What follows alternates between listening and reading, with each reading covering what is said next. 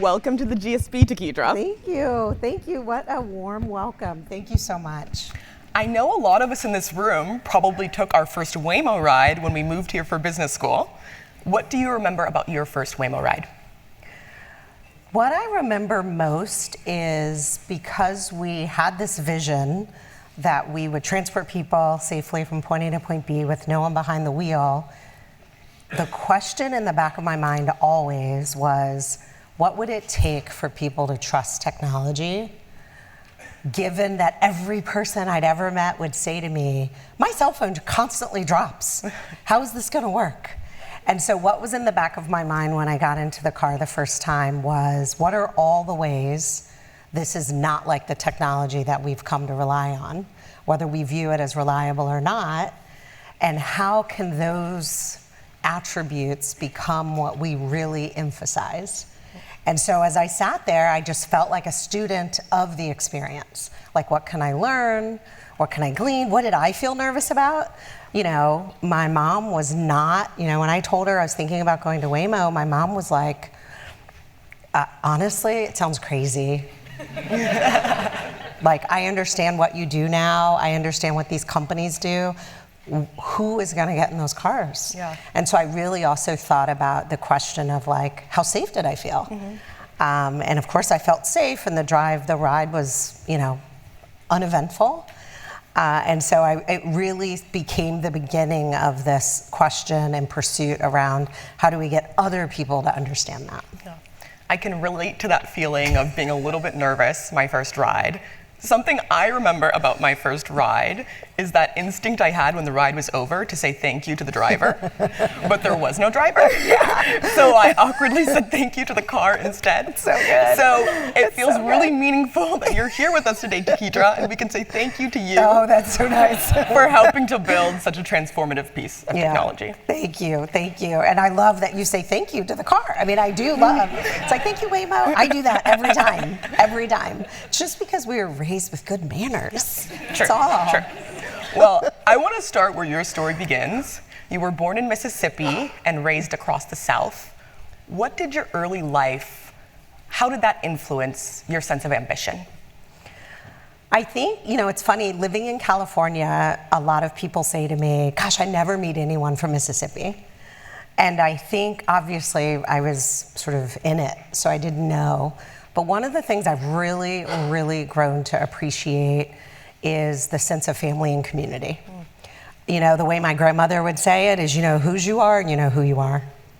And that was both about faith and it was about family and identity and culture. And so I think such a big part of who I am foundationally came from that, just like knowing I was loved and supported and had this big community on my mom's side of the family and my dad's side of the family. Both of them grew up across town in Mississippi, literally on two sides of the tracks. And so I think just getting to go back there every summer, I didn't live there, but me and my brother went back there. And we got to do things that we lived in the suburbs in Virginia and other places, but we got to do things that you don't get to do in the suburbs, feed the pigs, which was my favorite, throwing whatever you want in the slop thing. That was so exciting, you know what I mean? You don't put anything in the trash, you put it out in the bin for the hogs, getting the eggs from the chickens. It meant, I remember years later, one of my really good friends said to me, he said, dude, I said, yeah? And he said, I was just at a peppermint farm and I never really thought about all the ways that peppermint comes from that plant. And I just think that closeness to the earth and that understanding of where things come from was such a big part, both family and what grounded us, which was the earth and the farmland around us. Absolutely. So that's a huge part of the ambition of you can make anything with this. These are all the ingredients you need in order to do anything in this world. And that ambition led you to Columbia Law School. You've said before that you went to law school and ultimately wanted a career in business. Yeah. Most people with that goal pursue an MBA, so why law school? Yeah, I really love that question because it's not one that I've spent a lot of time thinking about, and I think it's because I didn't spend a lot of time thinking about business school. When I was in high school, there was a program, if you had a certain GPA, where you could actually choose to go work in an office. And my mom didn't believe in like I was gonna have like odd and end jobs. She was just like, no, focus on school or get a job where you're learning something. And so my GPA was such that starting my junior year, I left every day from 2 to 6 and I worked at a law firm. And I worked for this lawyer, Carol Clark, who, you know, there wasn't anything glamorous. Like, she was so hardworking, but it really left an imprint on me that she was doing something she was very passionate about. You know, she was helping people. She did real estate law, so it was a very limited insight, and I think it was commercial real estate. I was in the file cabinet clerk office. Like, I wasn't doing any of this. But what I saw from her was this ambition, this drive, this hard work. And I also saw things that like should have not been that appealing. Like, she ate a scoop of peanut butter for lunch every day. You know, she worked like around the clock and didn't really have like much of a personal life. So there were like these things that could have been unattractive, but mostly what I thought is, oh, with this degree I could do anything. Like, I don't have to decide yet. And that was high school. So then when I got to college, I kind of forgot. Like, I just, you know, got lost in learning, which I love. And I, you know, majored in poli-sci and did a minor in economics and women's studies and learned all of these things I was interested in. But then when it came time to decide what I was doing for grad school, I was immediately kind of like, oh yeah, you like at some point really wanted to go to law school. And so it was just, the seed was already there. And so then I applied to all of these law schools and kind of never viewed it as, therefore I have to be a lawyer. Okay. It's like, therefore I can do whatever I still want to do after I graduate. Yeah. Well, that path led you to hold legal and public policy roles at AOL, Yahoo, eBay, iconic early internet companies shaped by equally iconic leaders. Is there a story or lesson from that era of your career that still sticks with you today?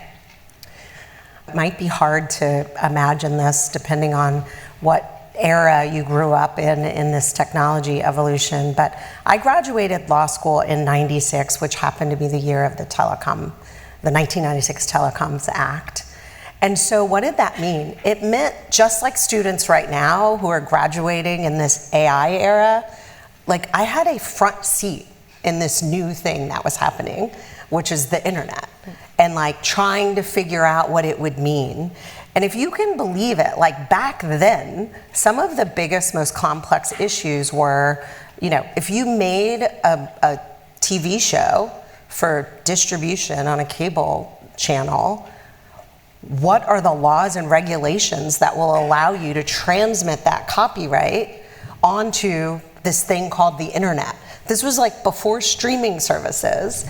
And so those questions, like that entanglement of like, there's something that you own, there's a platform that's emerging, how do you actually bring discipline and order to that? Like, that to me sparked this interest that like my career could have these attributes of constantly learning, growing, and building. And so that's what I remember the most, is at each step there was this new thing, you know, shepherded by technology, and there were all of these questions that happened to need regulatory tools, you know, public policy discipline, in order to get from the ideation to the technology to then eventually the commercialization. That's really what I remember the most about each of those moments, even though not each of those companies is thought of as like riding a wave of burgeoning change. That was my personal career experience in each of them.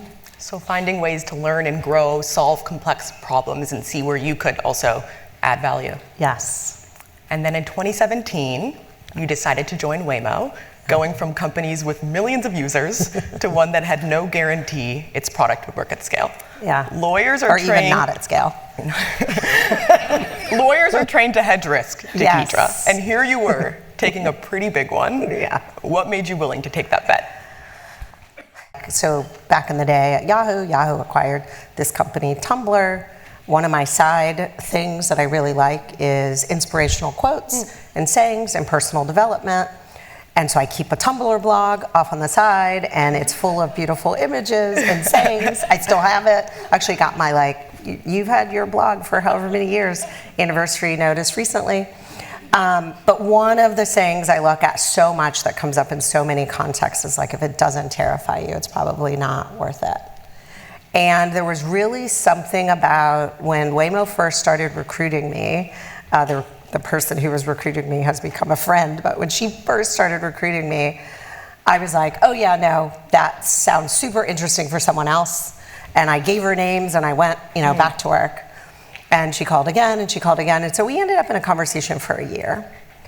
And what I realized when I went in for the interview, well, I actually went in for lunch because I think she realized I was never coming for an interview. So I went for lunch, and the pizza at that building is all it takes. And so, but then she's like, why don't you meet people now that you're here? And I remember being like, uh-oh, I accidentally ended up in an interview.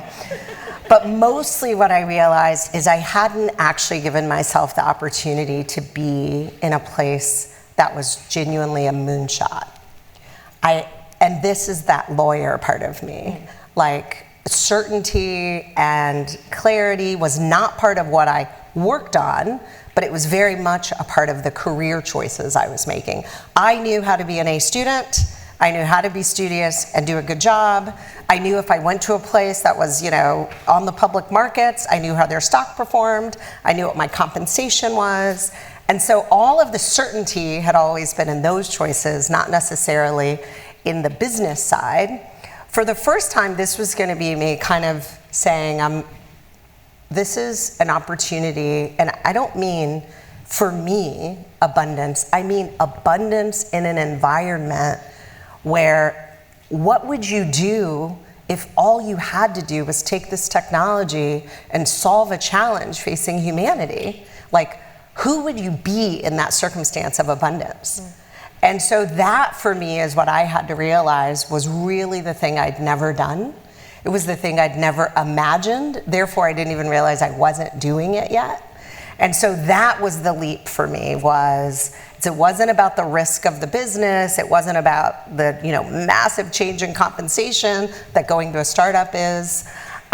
It wasn't going from a team like the introduction said, leading a team across 5 continents to leading a team of 1 is what I came in to do. It wasn't any of that. It was really, do I have the confidence in my abilities as a builder to go all the way back to the beginning and build something that's never been built, but also be a builder in that context. And so, yeah, it terrified me, and it was like a put me in coach moment for me professionally, because I said, this is exactly what that blog is about. Like, these are the kinds of bets you have to take on yourself. And so that's what made me say, yeah, I'm gonna go and do this. What advice would you give to students here in the audience today who may be thinking about taking a bet on something unproven for their next career move? What I would say is, trust that small voice that is telling you that everything you've done has prepared you for this. You have everything that you need, and the way you will address it with what you have, your tools, your experiences, your victories, your defeats, that is not what anyone else has. And so it isn't something that people can advise you on, because we don't naturally share all of who we are when we're having those conversations. We talk narrowly about what we've learned, or we talk narrowly about what we've done, or we talk narrowly about how we failed, but we don't talk about everything. It's not natural. We don't remember it. But there's, I believe, like this very small whisper that will tell you, you know what, you got this. And then there's a louder voice that might like start challenging it. What makes you think that? It's like, know that you can work your way to the other side of that. Yeah, you have to have self-belief. You have to have self-belief, and I think that voice is your experience speaking to you.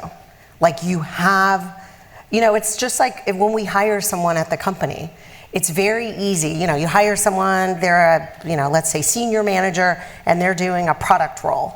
But then you look at their resume, and they founded 2 companies, they went to Stanford, they did all of these things. And we have this tendency as an organization for organizing principles that are very valid. You sort of get someone down to the thing that they're there for. But there's so much behind that. And I think that's the voice is reminding you of everything else that you bring to that situation and circumstance. So that would be my very nebulous advice. Yeah. Well, that bet paid off for you. In 2021, you were named co-CEO of Waymo, making you one of very few Black female CEOs. Looking back, what steps did you take to position yourself for that role? I always say this, first and foremost, know your craft. Like, I think it's easy to get infatuated with a problem. It's easy to get infatuated with sort of a title, a path, but I think knowing your craft, there's not a substitute for it, which means constantly be learning. Know your path isn't static. You have to always be learning. Know yourself, which is also a constantly, who you are in this circumstance and that circumstance changes. Know that better than anyone else. Know what is your relationship with ambiguity. What is your relationship with hierarchy? What is your relationship with communication? All of that, the more you know, those are the things that this position has given me a chance to bring all together. I want to move a bit to company culture. Okay. Safety is core to Waymo's mission. How do you ensure that safety-first mindset shows up in how people make everyday decisions, especially as the company scales? Yeah, it's foundational to everything, how we've built the culture from the early days. I say, I don't think you can build safety retroactively. We put it in obviously our safety framework, which is about the software releases. We put it into our reporting mechanisms. People can raise concerns. We have multiple channels. We talk about it openly. We pause when we see things that require us to reconsider our prior plans. Like, I think you have to speak safety. I think you have to put it into the culture. And then I think you have to model what it looks like to make decisions that, some people may say are counter to progress, but it's because we're only interested in advancing safely. And so we're not interested in progress for progress' sake. And that's one of the things I am most proud of. When you come to a company and there's a technology and there's an opportunity, it's like what you do in the middle is really who you are. And what is your sort of do-say ratio? And are you really willing to do what you say? And so I think we've worked really hard, and it is hard. This is a hard thing to do. Educating the public that we're safe and not perfect, accounting for things that happen that might be perceived safety but are not actual safety risks.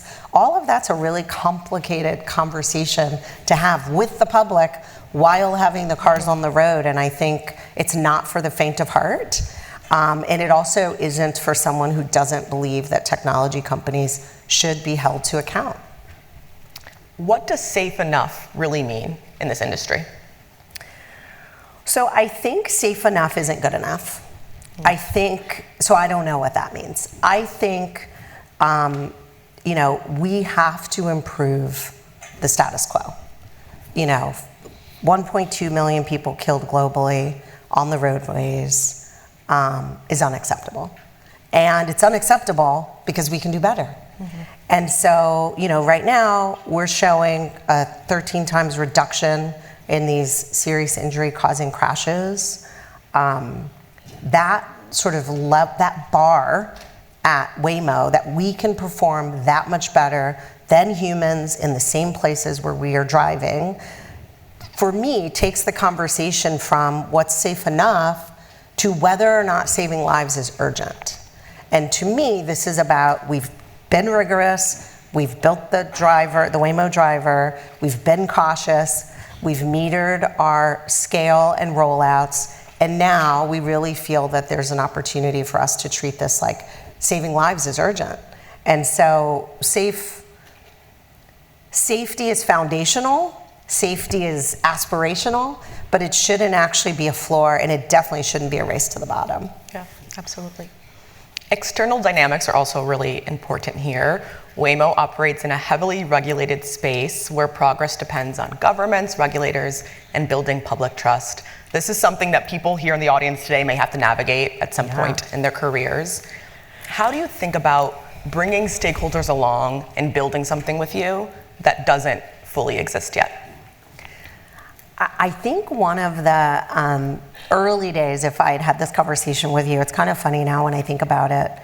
You know, one of the things we did in the early days at Waymo was we made these cardboard virtual reality goggles, and we took them to Congress to try to get people to imagine what this experience of being in the car was like. I mean, what we hadn't accounted for is whether or not the virtual reality goggles would be a step too far too, right? I mean, that was, we were like, oh yeah, that's right. Okay, so this is how the cardboard works. And then now let's talk about you're in the car and look around and this is the experience. The point is we recognized in the early days that we have to try to bring that imagination to life. You know, imagining a world, you know, the thing my mom had such a hard time imagining for me, that I would join this company and one day people would trust, you know, their precious children in there, me, grown-ups in there. She couldn't imagine it. And so I think you have to be willing to engage at all levels, not just of government, but also community. So early days, of course, we did federal, state, local engagement. You also have to figure out who else in the ecosystem is trying to solve similar problems, because this isn't a Waymo's gonna save society mission. This is we're gonna build, we're on a mission to build the world's most trusted driver. There are a lot of organizations that have been trying to make the road safe for decades.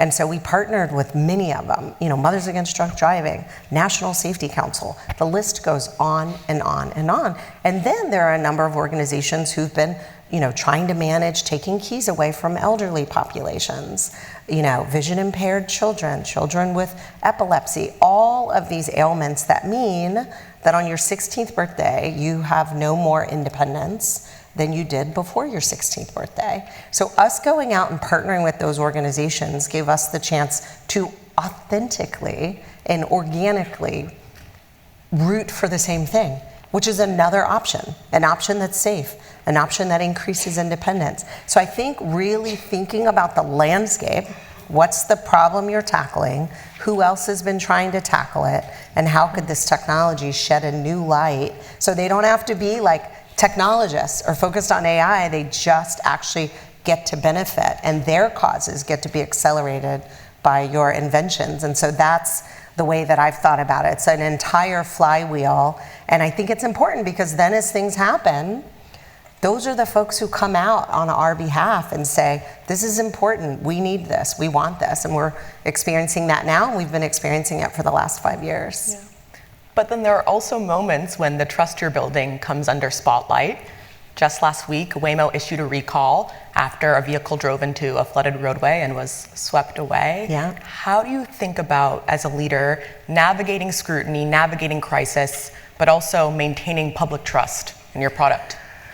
Yeah, I think we have to own those. You know, this was in San Antonio and it was during a flood. And I think the way we own it is, you know, this was a recall that we decided to issue. It's really important for us to understand what happened. It's really important for us to continually improve. So that recall is us saying, we're taking a moment and we're making improvements. Whether they're operational or engineering improvements, that's critical to maintaining this trust.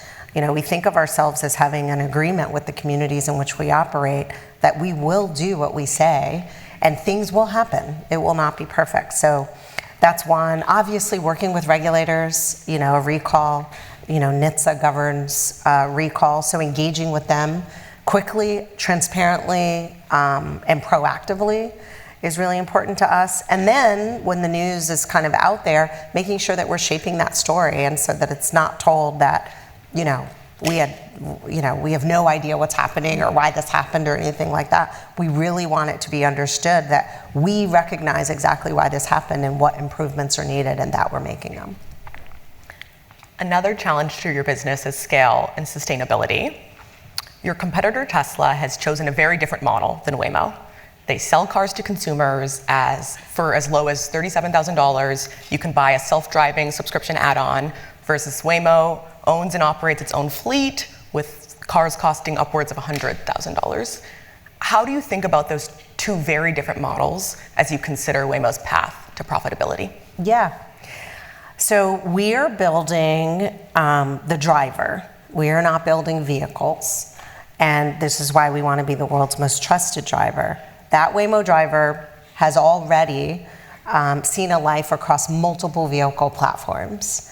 We have the Jaguar I-Pace vehicles now, but we had vehicles in the past, and we'll have more. We have more coming online in the future. So that generalizable driver is not only powering ride-hailing, it will also power local delivery, it will power Class 8 long-haul trucking, and it will power, through licenses with automotive companies, personally owned cars. So this isn't where we're stopping, this is where we're starting. Why did we start here? Because it gives us an opportunity to educate the public about this technology. Most people have technology in their personally owned cars that they don't use, and in fact turn off, because there isn't an understanding of how it works and how to trust it and why to trust it. So it's really important to us that we build this generalizable driver and then pursue multiple business lines. In addition to that, it's really, really important to be clear that when we are talking about the Waymo driver, we are only talking about technology that means you don't need a driver's license. You don't need to be behind the wheel. Back in 2012, Waymo had what you would think of as kind of an autopilot product, where it would take you from ramp to ramp. And we asked employees, they were the only ones who had access to these cars, and we asked employees, pay attention. This is an experiment. Pay attention, make sure that you're alert. You will have to take over. And what we saw is that people trust the technology beyond its capability. And so people were like putting on their makeup and shaving and turning around and plugging in things and doing the things they didn't get a chance to do that morning at home, right? That's the whole purpose of giving people this free sort of time back. And so that's when we decided back in 2012, beginning of 2013, that we were only interested in fully autonomous. And so we don't want to be in the situation where we're inviting people to unplug from the driving task and then expecting them to take over at a really, really urgent moment. And the way we think about this is, for years and years and years, all of these companies, car companies, everyone, seatbelts, airbags, we've all been patching around the problem because cars are getting safer, but humans are more distracted than ever. So we want, at the center of our strategy, is humans don't have to worry about the driving task. Humans don't have to have a driver's license. Humans are not sitting behind the wheel. Go be human. Like, jam out to your music, talk to your people, text who you have to text, shave if that's the thing you do on your way to work, like whatever. And they were like men shaving. It wasn't like people shaving. They're like, it was just like a guy shaving. Like, if those are the things you didn't get the chance to finish doing this morning, then by all means, do it. Just don't also be responsible for driving safely. Yeah. I mentioned Tesla, but of course you have other competitors as well, Uber, Zoox, to name a few. Why will Waymo win? Is it because of this bet on the Waymo driver technology, or is it something else? So I'll answer that question in two ways. Okay. I think first and foremost, the reason that we have the lead that we have is because we've had a lot of discipline about safety. And I think that kind of humility and patience, that this isn't about how fast you can go, this isn't about how many flags you can plant before everyone else. This is really about building a product that I would put my son in, that I would trust other people to put their kids in, that proves out its worth and societal benefit. And so I think that kind of rigor and discipline I'm really proud of, because what it does is it says to everyone in the space, this is worth doing. And I think that's the point we are at right now. Like, a lot of people are getting involved in scaling and increasing their investment. And I don't mean in Waymo, I mean in these competitive spaces. And so, one, I feel like we've done it, and that's great. And but on the question of like long term, why will we be most successful? I think that's because riders are going to choose. Like, Consumers are going to decide who do they want to ride, who have they grown to trust, and we won't get to decide that. We're just going to work every single day to not rely on the trust from yesterday, but earn the trust today, earn the trust tomorrow. We recognize it takes a long time to earn it, not a long time to lose it, and we are committed to the work needed to keep earning trust. So really building that trust day by day. It's the core focus right now. Okay. I want to talk about the broader implications of this technology. Autonomous vehicles will displace many driving roles. You've said before that new roles will also emerge, but the Uber driver who loses their job today may not be the same person who becomes a fleet technician in the future. How do you think about your responsibility as a leader in navigating that transition? Yeah, it's something we've been spending a lot of time thinking about. We are actually finding through some of our fleet operating partners, so we don't, in some cities, our fleet is run by partners, and those partners are hiring people, and they've actually been able to take logistics specialists and drivers and move them into depot managers, fleet operators, people who are dispatched to manage the job on an ad hoc basis. Because when you're talking about people who've been working in gigs, they don't necessarily have 8 hours available, but they have time available to be helpful. And so we are actually watching some of our partners be able to do that. We're in the early days, so I don't want to say that that's what we're focused on the most as a company. As a company, there are 3 things we know to be true. Jobs are going to go away, jobs are going to change, and jobs are going to be here tomorrow that were not here yesterday. The last one we're already seeing. The first one, we've already seen evidence in markets where we've been there, in Phoenix, in San Francisco, where the entire pie has grown. So like the demand for people being driven in San Francisco grew 7%, and the wages grew 14% our first year in San Francisco for cab drivers, limo drivers. And so there is this, as people start to focus on whether or not driving is the safest way to get from point A to point B, as tourists start to flock to cities to have the chance to check out this technology, there are surplus. And that surplus is actually benefiting traditional jobs. How do I think about our responsibility in it? We have to be in this conversation. This isn't only about Waymo, this is about how is autonomy going to shift the world of jobs in the future. And so this is a conversation that we had it yesterday at our company-wide meeting. We're going to continue to have it. There are studies that are happening right now that are premature for me to talk about, but we're funding those studies. There are job retraining programs. There's an organization called TechForce. We're taking traditional mechanic roles and turning them into autonomous mechanics. We think that's important. We have a partnership with Bronx Community College, where we want to teach the next generation of trade specialists how to work in the autonomous space. So, it's going to be like a building block answer to your question, but I think we have to just kind of say all the things we're doing, and then hopefully over the next year, there will be these reports that we can put out of that organize all of the data. It's just the scale isn't there yet to really talk about it, and we haven't seen the job displacement impact yet. And so that's also really important. There's also another question about access. If Waymos meaningfully improve safety on the roads, it starts to feel like something everyone should have access to. How do you ensure Waymo's technology isn't just limited to big cities or people who can afford it?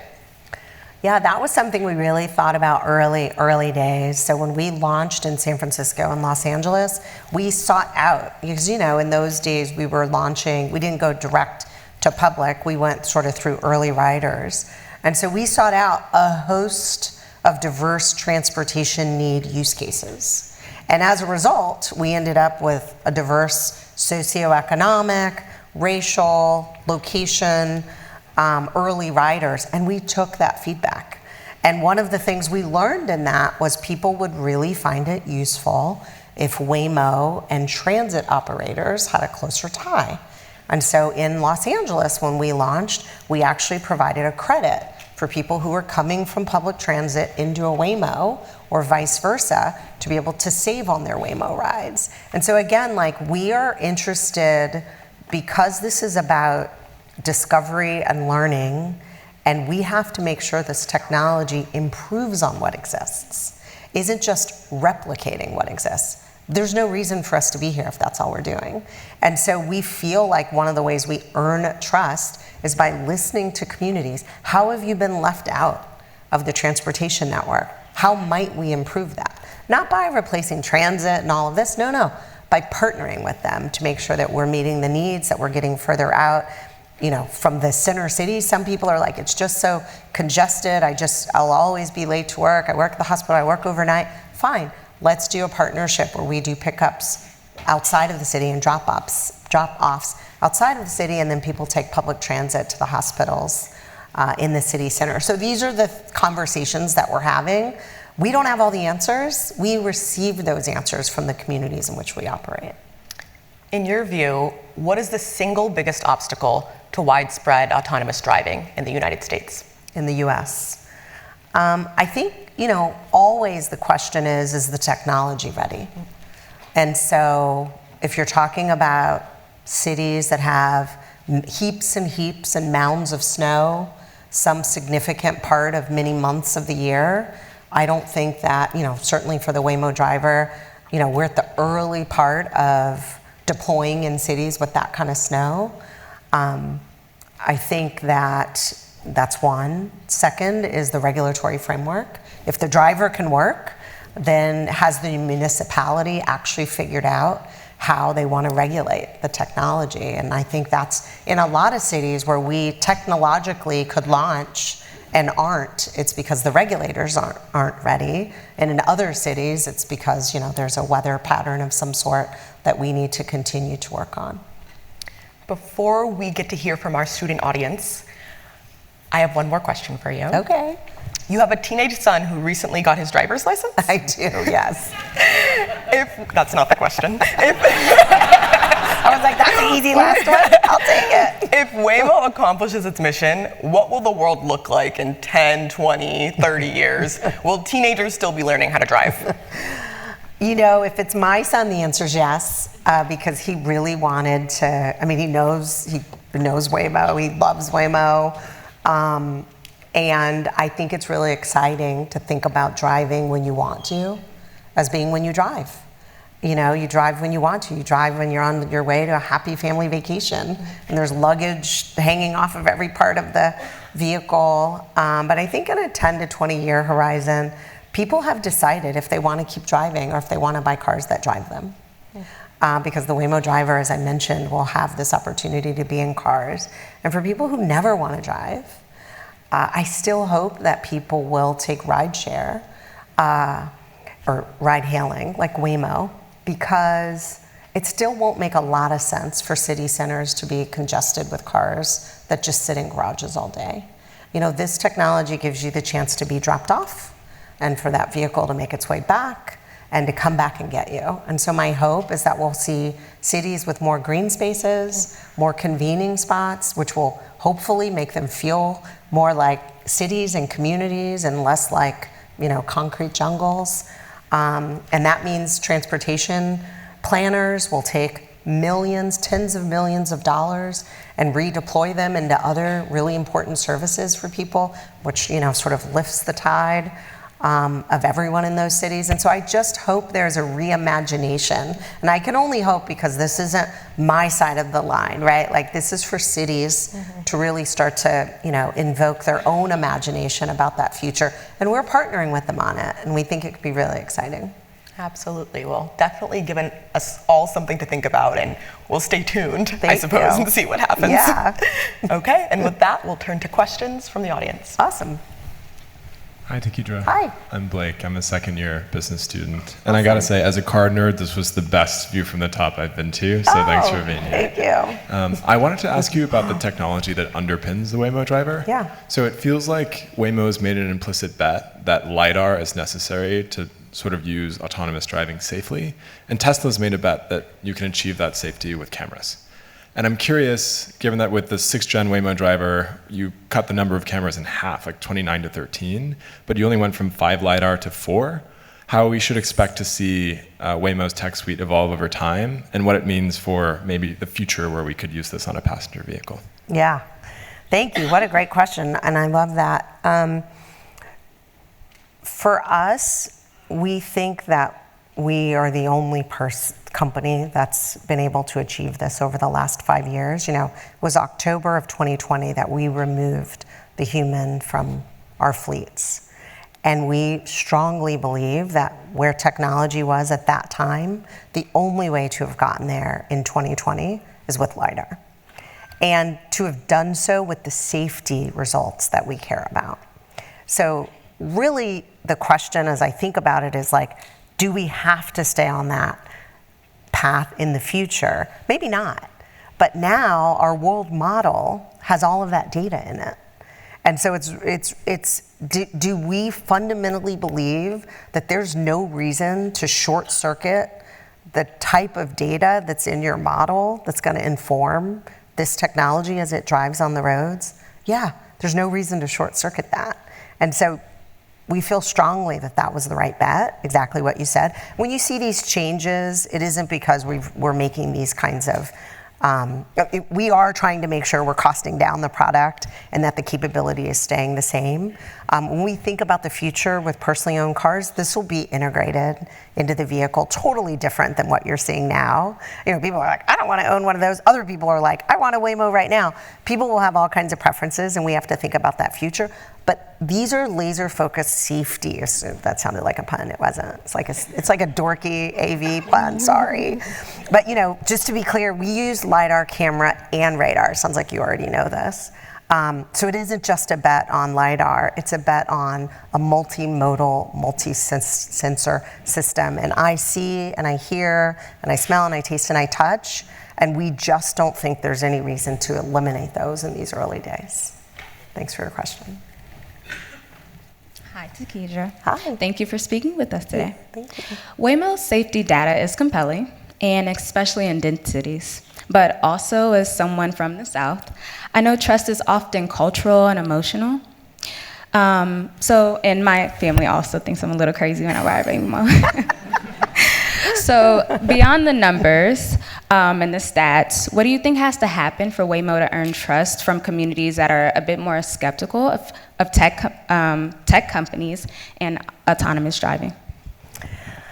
Yeah, I really like that question because I think one of the things I am always reminded of, I have this experience often where I meet people who would never get in, and they're like, oh, now I'll get in. Like, I just assumed that I wouldn't see anyone who looks anything like you or me or from my background or whatever it is, and therefore I now feel more trusting of it. And so I think one of the things we have to do as a company is continue to make sure we are hiring people that feel to the communities in which we operate like people who understand the skepticism, the negativity, the exclusion that has happened. And for us, sometimes it's like people have been excluded in industries that aren't even our industry, but because we are coming up with this technology to offer options, they're like, how do I know it isn't just going to be like this other thing? So we have to also have a very broad aperture and say, how have people been left out of mobility? How have people been left out of early waves of new technology? You know, how have people been sort of trained to believe that, this is like the really great question, this is for a select few, it's not for me. And so we have to be very deliberate in each of our launches. And so this is an example of that, you know, we had very specific conversations. If someone thinks, oh, that's not for me because I'm vision impaired, because I have to wayfind my way to the car, I have to wayfind my way into a business, obviously the benefit of being with a ride-sharing driver is they can help me. So then we had to build all of those tools into our toolkit, coming out of a building, making sure that there's a honk feature so you can honk and hear your way to the vehicle. So it's like listening, learning, showing that we're humble, making sure that we're taking the feedback when we get it, and then improving. And I think that's like, it's literally the only way to do it is to do it. Like there isn't, and the whole team knows this. Everything we're doing is difficult because it requires being deliberate every single day. And this is one of the areas that we take great ownership in. Thank you. Thank you, Blake and Gabby, for those questions. Okay, Tekedra. Yeah. We like to wrap up our View from the Top interviews with rapid fire questions. Okay. Are you ready? I am. Okay. I think. What was the first car you drove, and did you have a name for it? Oh, the first car I drove was a Rabbit. Does anyone even know what those were? Okay, thank you. So it was a VW, for those of you who are looking at me like, what the heck is a Rabbit? And it did not have a name. Okay. But it was a stick shift. I'm very proud. Okay. You should be. My dad, that was a requirement. Like, my daughter's gonna know how to drive a stick shift. Waymo has a partnership with Stanford Athletics, so I have to ask, what's your favorite sport to watch? Basketball. Okay. Okay. Classic. Yeah. If a Waymo could take you anywhere, where would you want to go on your Waymo road trip? Oh. Gosh. Okay, so it can't go over water. So, I mean, I think it would be really fun for the Waymo to take me to Collins, Mississippi, where I was born. That would be really fun. I mean, everyone would conclude I'm crazy, but that would be really fun. What's something you love doing that might surprise people? Roller skating. Okay. Where do you roller skate? Well, I did roller skate at a roller rink in San Jose until it closed. It closed like a year ago, and I was very sad. But I like indoor, old school roller skating. So now I roller skate on the East Coast when I'm back there because there are still a lot of roller rinks open. But I'm like that person. I love roller skating. Some of you are like, okay, I was with her until she said roller skating. Who's more nervous when your son is driving, you or him? Well, he is probably made nervous by me. But the truth is, and so he just invites me from riding with him. Okay. But I think he's not nervous. And so that both gives me confidence and makes me nervous. Yeah. The fearlessness of a teenager. Yes, he's not nervous. Although, yeah, I won't say it. Never mind. Okay. And I have one final question for you. Yeah. It is definitely not a rapid fire question. Oh, okay. One day, when you look back on your life and career, what impact do you hope you've had on the world? So I love that the last question was about my son because, of course, impact on the world. I think about him first and foremost. And I think about it in this way, like I just want driving to not be the risk that it is today. I don't want him leaving the house to be as scary as it is. I don't want the number of people whose, mothers, fathers, loved ones just don't make it home. It is such a stressful, reality if you allow yourself to think about it. And so what we mostly do is we say, they're gonna be fine. I want that to just be true. And I want that to be part of what we were able to offer people is, if it's true, it's great. If it's not true and someone's just shouldn't drive, they're angry, they're distracted, they're drunk, they're tired, then there's this option available to them. And when I was growing up, and when so many of us were growing up, that just wasn't an option. And so when I think about the impact, I would love for it to be that there's always a safe way home. Mm-hmm. There's always a safe way to get from point A to point B. And we don't lose as many lives as a result. Yeah, that's a beautiful want for the world. Thank you so much for being here today, Tekedra. Thank you.